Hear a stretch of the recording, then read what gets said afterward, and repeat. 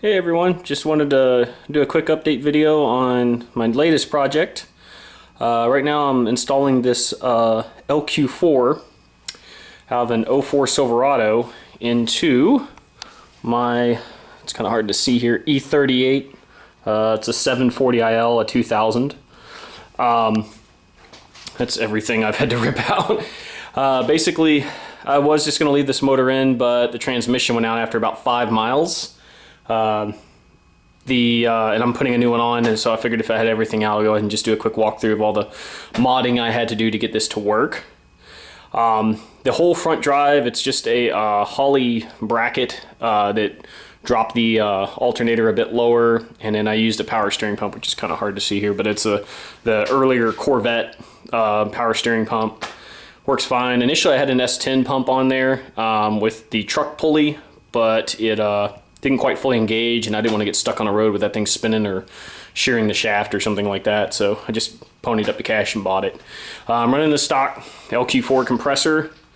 The throttle body is the LQ4 throttle body, but it's running an LS1 intake with a reversed LS6 fuel rail that I had to modify a little bit and bend it down to get the injectors to seat and everything to clear.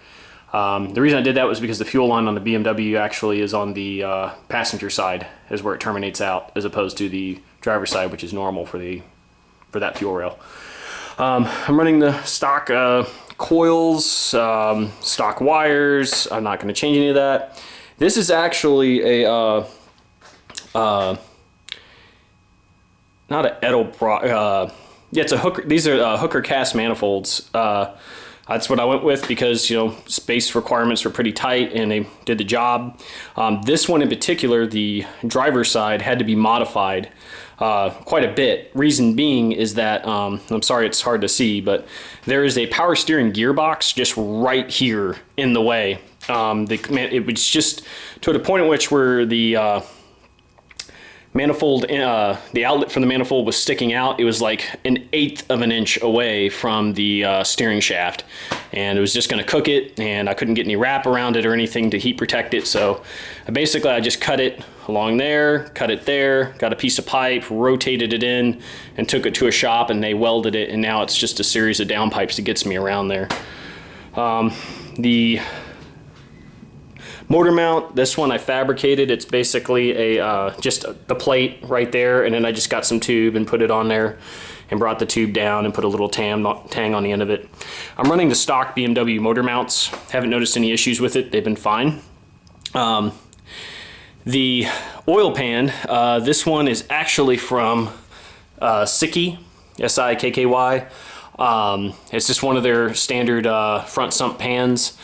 And I'm using some 10AN lines to route where the oil filter would have been, all the way up through here, past underneath the alternator, and out to the stock BMW oil filter housing.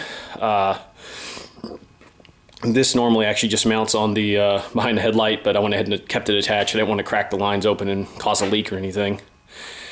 Then moving along, back here we have a 4L80E, which is the stock one for the truck. I like them because they're really super strong, and well, they should be anyway, except for when they have front pump failure.